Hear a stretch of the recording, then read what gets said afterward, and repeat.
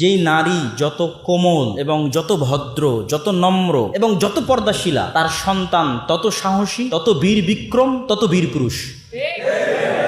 আর যেই নারী যত অভদ্র, যত পুরুষদের সাথে বেশি মিশে এবং যত ফেমিনিস্ট, যত নারীবাদী, তার পুরুষ সন্তান ততটাই দুর্বল এবং ওরাই হচ্ছে এলজিবিটিকিউ হয়ে বলবে আমি এখন মেয়ের রূপ ধারণ করব।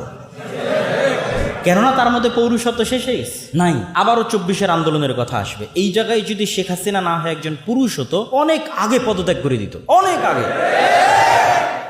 মেয়েদের চাকরি বিষয়ে কিছু বলবেন ইসলামের পরিবার ব্যবস্থায়। আচ্ছা, তার আগে আরেকটু ভূমিকা দিয়ে নিই। সেটি হচ্ছে আল্লাহ সুবহানাহু ওয়া তাআলা সৃষ্টিগতভাবে যে মেয়েদেরকে দুর্বলের কথা বললেন, এটি একদম সায়েন্টিফিক্যালি অযৌক্তিক নয়। হরমোনাল পার্থক্য আছে। ম্যাসকুইলিন যে হরমোন, মানে পৌরুষত্বের যে হরমোন, সেটি পুরুষদের মধ্যে আছে, আর নারীদের যে হরমোন সেটি নারীদের মধ্যে আছে। ফলত স্বভাবে কিছু পার্থক্য আছে।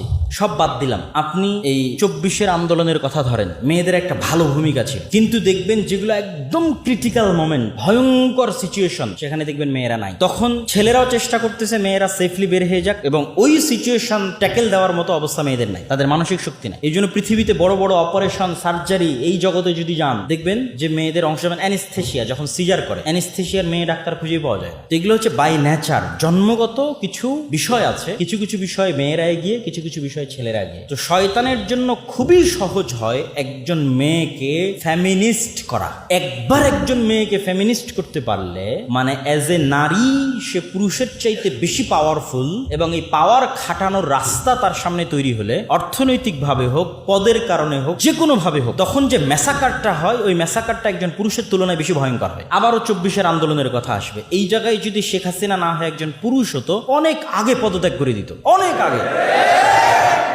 কিন্তু যেহেতু মহিলারা, শয়তান তাদেরকে যখন ফেমিনিস্ট করে, মানে সে নারী এবং তাকে পাওয়ার প্রয়োগ করার রাস্তা দেওয়া হয়েছে, অসংখ্য অর্থ দেওয়া হয়েছে, পদ দেওয়া হয়েছে, ক্ষমতা দেওয়া হয়েছে, তখন যে ম্যাসাকারটা হয় ওটা অনেক ভয়ঙ্কর, অনেক খারাপ। এই জন্য স্বাভাবিকভাবে ইসলামের পারিবারিক নিয়ম হচ্ছে অর্থ উপার্জন করবে পুরুষ, পরিশ্রম করবে পুরুষ, আর মেয়ে তার সন্তান সন্ততিকে আরেকজন শক্তিশালী পুরুষে পরিণত করার জন্য কাজ করবে। এই জন্য আপনাদেরকে আরেকটা ছোট্ট জিনিস এখানে বলে যায়, এটা বাস্তবে প্র্যাকটিক্যাল পরীক্ষা করবেন। যেই নারী যত কোমল এবং যত ভদ্র, যত নম্র এবং যত পর্দাশীলা, তার সন্তান তত সাহসী, তত বীর বিক্রম, তত বীর পুরুষ।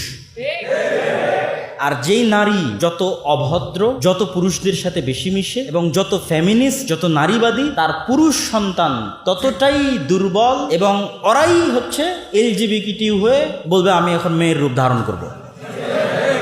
কেননা তার মধ্যে পৌরুষত্ব শেষে নাই।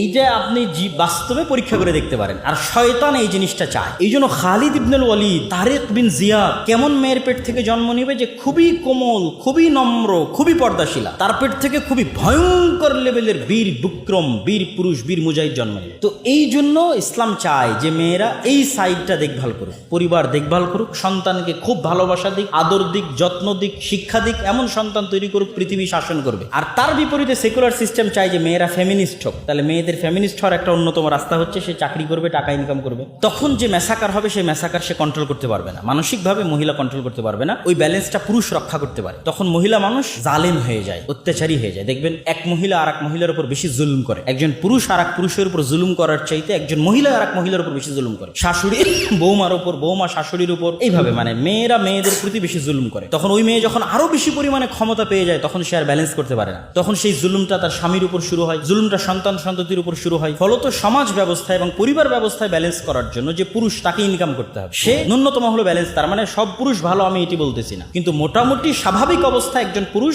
আরেকজন স্বাভাবিক নারীর চাইতে বেশি ব্যালেন্স করতে পারে। তাহলে কখন চাকরি করবে? যদি খুবই অসহায় অবস্থা হয় এবং যদি মনে করে পরিবার পরিজন, সন্তান সন্ততির ক্ষতি হচ্ছে না, জ্ঞান আছে, স্বামীর আনুগত্য করে, স্বামীর অনুমতি আছে, পর্দার লঙ্ঘন হচ্ছে না, এরকম ডট ডট ডট ডট অসংখ্য শর্তের ভিত্তিতে চাকরি করতে পারে।